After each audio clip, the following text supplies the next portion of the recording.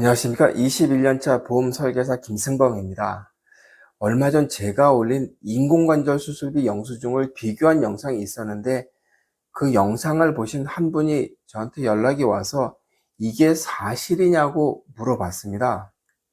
서울 중랑구에 사시는 자기 언니가 양무릎 인공관절 수술을 해야 되는데 사당역 근처에 용하다고 소문난 전문병원에서 할 계획이었는데 일단 2주 입원 시 병원비가 1,700만 원 정도 소요된다고 했다고 합니다. 실손보험이 없는 분이라 병원비가 너무 부담되어 어찌할 바를 모르다가 공공병원은 수술비 외에 37일간 장기간 입원이 가능하고 간병비까지 포함되었다는 337만 원 영수증을 보고 깜짝 놀랐다는 겁니다. 그분 입장에서는 깜짝 놀랄 수밖에 없겠죠. 네. 그래서 저는 사당역 근처 용하다는 전문병원 말고 공공병원인 서울의료원을 추천했습니다. 아니면 서울 보라매 병원도 괜찮다고 했습니다. 물론 꽤 긴 시간을 대기해야겠죠. 현재 사당역 인근 전문병원은 환자들이 줄을 서서 수술을 받고 있는 병원이라고 합니다. 네. 병원계의 맛집이라고 합니다. 네.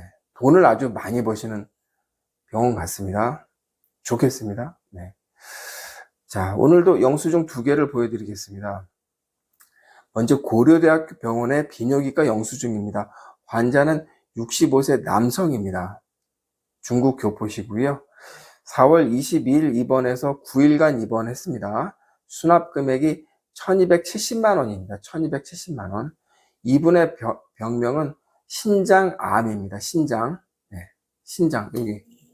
신장. 이 수술을 받기 전부터 저하고 계속 상담을 받았던 분인데 병원에서 로봇 수술을 너무 권해서 어쩔 수 없었다고 합니다. 이분은 실손보험이 없습니다.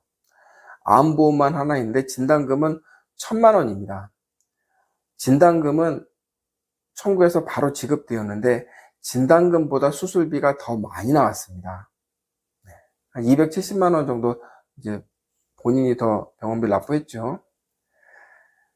현재 대학병원은 거의 파업 중이나 다름없습니다. 그래서 어렵게 의사를 만나면 의사들이 수술 환자에게 로봇 수술을 권하고 있다고 들었습니다. 물론 다 그런 건 아니겠죠. 여러분께서도 내가 만약에 급하지 않은 수술이라면 의사 증원 문제가 해결된 후 대학병원 방문을 제가 권합니다. 만약 오랜 기다림 끝에 의사를 만나서 만약 수술을 하게 된다면 이런 영수증을 만나실 수 있습니다. 물론 실손보험이 있으면 그나마 부담이 좀 덜 할 텐데 실손보험이 없다면 경제적으로 큰 곤란을 겪을 수 있습니다. 1,270만 원은 큰 부담이 됩니다. 현 정부는 미중유의 사태인 의사 증원 문제를 어떻게든 해결을 해야 할 텐데 현재는 방치된 상태이고 다행히 수술을 받게 된 환자들의 영수증은 이런 영수증을 받고 있는 현실입니다. 만약 이 환자가 국민건강보험에서 보장하는 급여 수술을 했다면 50만 원 정도면 충분히 가능한 수술입니다. 물론 이분이 신장암이긴 합니다만은 아주 초기라 로봇으로 안 하더라도 아주 잘 될 수술이고요. 자, 그럼 다음 영수증을 한번 보시죠. 서울대학병원입니다. 이분은 2년 전 영수증입니다. 좀 지났죠. 74세 남성분이고요. 이분은 4세대 실손보험이 있는 분입니다. 네. 이분의 병명은 전립선 비대증입니다. 네, 그게 좀 심각했던 상태였습니다. 4세대 실손보험이 있는 분이라서 비급여 시 자기부담금은 30%, 급여 시 자기부담금은 20%입니다. 원래 이분도 전문병원에서 로봇 수술을 하려고 했습니다. 네. 전문병원의 예상 수술비는 1,400만 원입니다. 로봇 수술비는 대학병원이나 전문병원이나 별 차이가 없습니다. 왜냐고요? 대학병원이 좀 비싸야지 일반 전문병원이 좀 싸고 그런 거 아니냐고요? 아닙니다. 비급여 수술은 부르는 게 값입니다. 환자 얼굴 봐서 실손보험 있습니까? 없습니까? 그거 봐서 의사가 부르는 게 수술비입니다. 그런데 실손보험도 있는데 왜 어렵게 서울대학병원에서 수술을 했을까요? 실손보험이 있으면 실손보험에서 다 보장해 주는데 뭐하러 그냥 오랫동안 대기해가지고 서울대학병원 했을까요? 자기 부담금 때문에 그렇습니다. 수술비가 1,400만 원이면 30% 공제하면 내가 부담해야 될 수술비는 420만 원입니다. 420만 원. 별 소득이 없는 73세 환자가 부담하기에는 큰 금액입니다. 420이 적습니까? 네. 그래서 제가 서울대학병원을 권했고 로봇 수술이 아닌 일반 수술로 시행했습니다. 51만 원 정도 나온 거 확인되시죠? 네. 진단서 발행 비용 2만 원을 빼면 49만 원입니다. 여러분, 만약 전문병원의 로봇 수술비 1,400만 원과 대학로에 있는 서울대학병원 49만 원 수술비라면 어떤 선택을 하시겠습니까? 서울대병원은 로봇 수술을 선택하지 않고 의료보험에서 적용되는 급여 수술을 했습니다. 그것도 의사가 별 고민 없이요. 환자에게 로봇의 로자도 이야기하지 않았다고 합니다. 네, 물론 권하지도 않았고요. 그런 거 있다고 얘기도 안 했답니다. 제가 서울대학병원을 신뢰하는 이유는 서울대병원 의사들은 최소한 수술비를 갖고 장난하지는 않는 것 같습니다. 로봇 수술을 먼저 권하거나 허리 아픈 사람들에게 비급여 시술이나 고주파 치료를 권하거나 안과에서 백내장 수술하러 온 환자에게 1,000만 원짜리 노안 수술, 이게 안경 벗는 수술 있지 않습니까? 네. 노안 수술을 권하거나 그러지는 않는 것 같습니다. 네. 그래서 최소한 이 병원에 오면 오로지 내가 갖고 있는 이 병을 치료하는데 공정할 것 같은 신뢰를 갖게 됩니다. 네. 네. 신뢰가 가장 중요한 겁니다. 그리고 퇴원 수속 받을 때 깜짝 놀랍니다. 어라? 이것밖에 안 나와? 73세 환자분도 퇴원 수속 받을 때 깜짝 놀랐다고 합니다. 최소 100만 원은 넘을 걸로 생각했는데 49만 원 나왔습니다. 물론 이 비용도 실손보험에 청구해서 80%를 받았습니다. 40만 원 받았죠. 그러니까 자기 부담금은 10만 원이 되는 거죠. 이 환자분은 10만 원만 내고 그동안 지긋지긋했던 전립선 비대증을 완치한 겁니다. 10만 원만 내고. 전문병원에서 했다면 420만 원 정도의 자기 부담금이 발생했을 수술을 서울대학병원에서 10만 원만 내고 한 겁니다. 그리고 이분의 수술에 대한 만족도도 아주 높습니다. 다 완치됐고요. 물론 지금은 의사 증원 사태로 인해 서울대학병원의 시스템이 다 망가져 있어 이런 수술은 현재는 어렵지 않을까 생각하고 있습니다. 인공관절 무릎 수술은 1,700만 원, 비뇨기과 로봇 수술 1,200만 원, 이런 병원비를 당연하게 생각하는 시대입니다. 급여가 뭐고 비급여가 뭔지도 모르는 분들도 많습니다.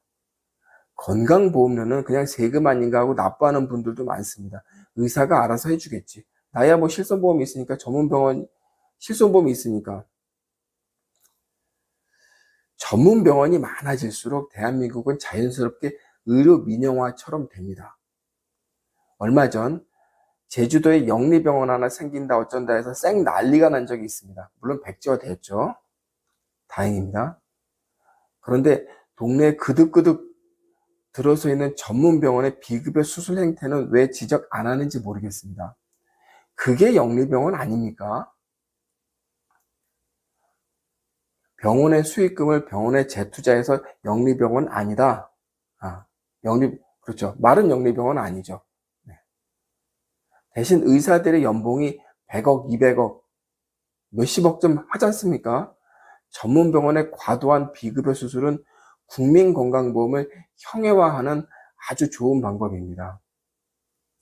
지금 많은 국민들이 국민건강보험보다 실손보험의 보장이 더 좋다고 생각하고 있습니다. 실손보험료가 월 20만 원이 되어도 유지하는 분들이 많습니다. 왜 그러겠습니까? 돈이 남아 돌아서? 아닙니다.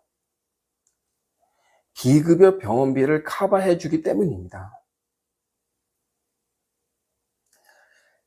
대한민국의 의료복지가 자꾸 미국화되어 가고 있습니다. 정말 큰일입니다. 미국한테 배울 걸 배워야죠.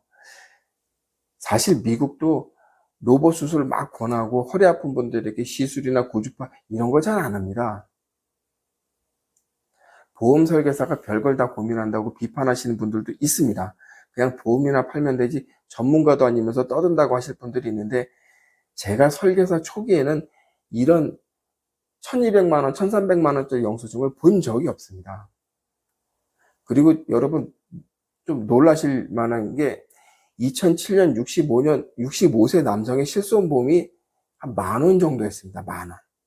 놀랍지 않습니까? 지금 65세 남성이 4세대 실손보험으로 하더라도 보험료가 얼마입니까? 4만 원이 넘습니다. 네. 20년 전만 하더라도 비급여 치료가 별로 없었습니다. 별로 없었어요. 그러다가 이명박 대통령 집권기에 비급여 전문 병원이 우후죽순으로 생겨나기 시작했습니다. 영리병원은 반대가 하도 많아서 추진이 어려우니 일단 단계적으로 하자는 전략으로 저는 기억하고 있습니다. 그때부터 건강보험, 국민건강보험은 무력화되기 시작했습니다. 그리고 그때부터 사람들이 보험하면 실손보험이지 하고 가입했던 시기였습니다. 다음 지방선거, 다음 대선 때부터는 각 정당들의 공약에 공공병원을 확대하는 정당에 투표를 합시다. 그래서 의료는 공공의 영역에서 벗어나지 않게 묶어둡시다. 의료는 공공의 영역에서 벗어나지 않게 묶어둡시다. 네. 만약 이대로 계속된다면 대한민국 의료계는 미국화될 겁니다. 비극입니다. 네, 안타깝습니다. 오늘은 이만 마치겠습니다. 그리고 이 영상을 무릎